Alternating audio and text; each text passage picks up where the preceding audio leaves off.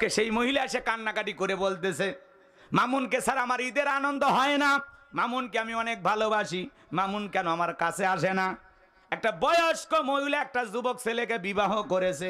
আপনারাই বলেন তো বাজান গো আমার, এই বিবাহের মধ্যে ভেজাল আছে না নাই? আছে না নাই? বিয়ে করা ভালো। এখন একটা যুবক তোমার মতো 40 বছরের নারীকে কেন বিবাহ করলো? তোমার মতো 30 বছরের মেয়েকে কেন বিবাহ করলো? কেন বিবাহ করলো? এর ভিতরে ওদের উদ্দেশ্য উল্টাপাল্টা আছে না নাই? আজকে টিকটকার মামুন আর লাইলা, এদের কত কাহিনী, এরা নতুন লাইলি মজনু সেজে সমাজের যুবকদেরকে বলতেছে আমরা আইডল। তোমরা তাকায় দেখো, আমি একটা বয়স্ক মহিলাকে বিবাহ করে সুখে আছি, ভালো আছি। এই সমাজে এই কথাগুলো ছড়ানো হচ্ছে।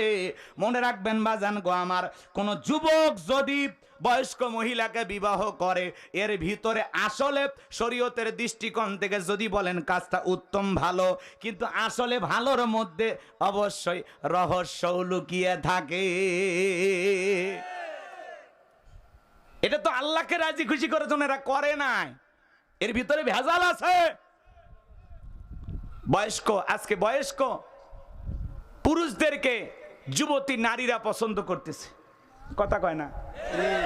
শোনেননি মোস্তাক আর তিশা, ওর বাপের বয়স যা, আর জামাইয়ের বয়সও তাই। কেন বিবাহ করলো? টাকা দেখে, টাকা টাকা। কথা বোঝেন নাই? যুবকের আফসোস করে, আমি কি দেশে ছিলাম না? এরে কেন ধরলি? যুবক বোঝা লাগবে তোর কাছে মামু নাই, টাকা থাকলে তোরেও ধরতো। কথা কন ঠিক কে না?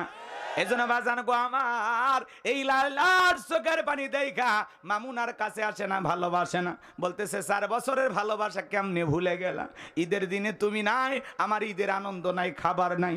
তুমি বাড়িতে থাকলে রান্না হয়, না থাকলে রান্না নাই। নানান ধরনের কথা বলে এখন কান্নাকাটি করতেছে।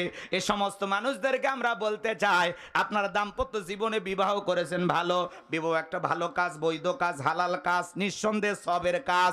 কিন্তু বিবাহ করার পরে তামাম পৃথিবীর মানুষকে জানান দেবেন একটা যুবক বয়স্ক মহিলাকে বিবাহ করেছে, আবার একটা যুবতী মেয়ে বয়স্ক পুরুষকে বিবাহ করেছে। এগুলো মিডিয়াতে ফলাও করে প্রচার করবেন, আর মাঝে মাঝে টক শোতে এসে গল্প করবেন কিভাবে আপনাদের প্রথম দেখা, কোথায় পরিচয়, এগুলো উল্টাপাল্টা কথা বলবেন। প্রথম দেখা কোথায়, ব্রিজের ওপরে না নিচে? প্রথম দেখা কোথায় হয়েছিল? এই যে নানান ধরনের আজে বাজে প্রশ্ন করা হয়। আই লাভ ইউ প্রথম কে বলেছিল, বুড়ি না বুড়া?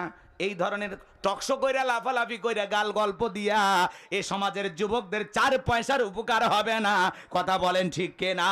এ সমস্ত লাইলা মামুনদের মাধ্যমে এ দেশের যুবক যুবতীরা আরো চরিত্রহীন হবে। এদেরকে অনুসরণ করো, চুলের কাটিং দেখা। হ্যাঁ, মামুন অপু টিকটকার, এদের চুলের কাটিং দেখে যুবকেরা ওই কায়দায়, বয়স হয় নাই, কালো চুল ভেড়ার মতো। কথা কয় না ভাই? কালো চুল তাকে হলুদ বানাইছে। কি রে সমস্যা নাকি? চুল পাকলে হয় সাদা হবে, তো হলুদ হইলো কেমনে? এগুলো স্টাইল করে, আছে না নাই? তো লাইলার কান্না করে কোনো লাভ নাই, মামুনেকে অনুসরণ করে লাভ নাই, মোস্তাক তিশাকে অনুসরণ করে লাভ নাই। অনুসরণ করতে হবে কোরআন আর সুন্নাহকে। কথা বলেন ঠিক কি না? এই টিকটকার এরা কখনো যুবকদের আইডল হতে পারে? এটা যুবকদের আদর্শ হতে পারে? এরা যুবকদের মডেল হতে পারে? প্রত্যেকটা এদিক খেয়াল করেন, যুবক তোমার আমার মডেল, তোমার আমার আদর্শ মুহাম্মদ রাসূলুল্লাহ সাল্লাল্লাহু আলাইহি ওয়াসাল্লাম। আল্লাহ বলেছেন লাকাদ কানা লাকুম ফি রাসূলিল্লাহি উসওয়াতুন হাসানা। রাসূলের ভিতরে রয়েছে তোমাদের জন্য উত্তম আদর্শ। তুমি কারে তালাশ করো? রাসূলকে বাদ দিয়া, রাসূলের আদর্শ বাদ দিয়া। যুবক, এই সমস্ত টিকটকার এদেরকে আইডল মানা যাবে না। কোনো নায়ক গায়ক এরা আমাদের মডেল হতে পারে না, এরা আমাদের আদর্শ হতে পারে না। আপনার আমার একমাত্র আদর্শ মুহাম্মদ রাসূলুল্লাহ সাল্লাল্লাহু আলাইহি ওয়াসাল্লাম। আল্লাহ যুবকদেরকে হেদায়েতের পথে কবুল করুন। আর একটু জোরে বলেন আমিন। কোন মহিলা বেপরদায় চলাফেরা করবেন না। মা বোন যারা বসে আছেন, মা বিনয়ের সহিত অনুরোধের ভাষাই বলি, অবশ্যই ফরজ পর্দা মেনে চলবেন। যে নারী পর্দা করে আল্লাহর রহমত তার উপরে নাজিল হয়। একটা নারী যদি ঢিলা ঢালা বোরকা পরে, হাত মুজা পা মুজা লাগায়, মনের অজান্তে শ্রদ্ধা সম্মানে মাথাটা নত হয়ে আসে। কথা বলেন ঠিক কিনা? এই জন্য মা বোনদেরকে আল্লাহ পর্দা করা তৌফিক দান করুন। সাতক্ষীরের মুসলমান মা বোনদেরকে আল্লাহ হেদায়েত দান করুন। জোরে বলুন আমিন। আরেকটু জোরে বলেন আমিন। আমার ভাইয়ের আর কথা বাড়াতে চাই না।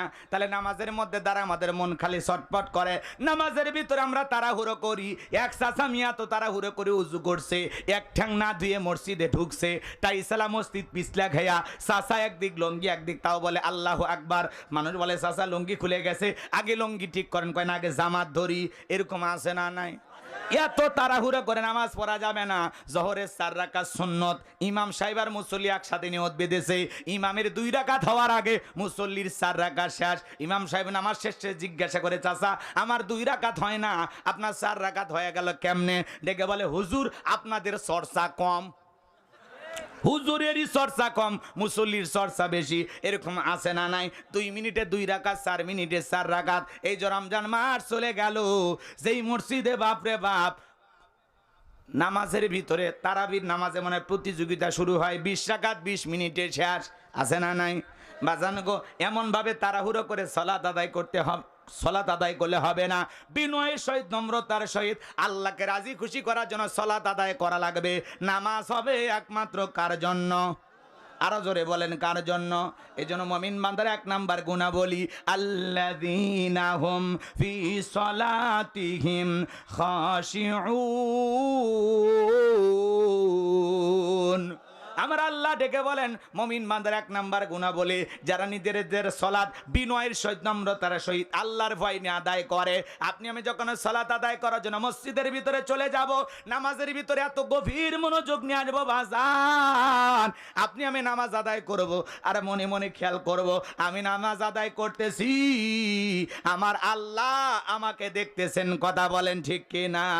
আপনি আমি জোহরের সালাত আদায় করব, আর মনে মনে খেয়াল করব এই জোহরের নামাজ আমার জীবনের শেষ নামাজ, আসর পর্যন্ত দুনিয়ার জমিনে নাও বেঁচে থাকতে পারি, একমাত্র আল্লাহকে রাজি খুশি করার জন্য 5 ওয়াক্ত সালাত মসজিদে গিয়ে জামাতের সহিত কারা কারা আদায় করে নিজেকে জান্নাতে নিয়ে যাইতে চান? 2 হাত তুলে আল্লাহকে একবার দেখান।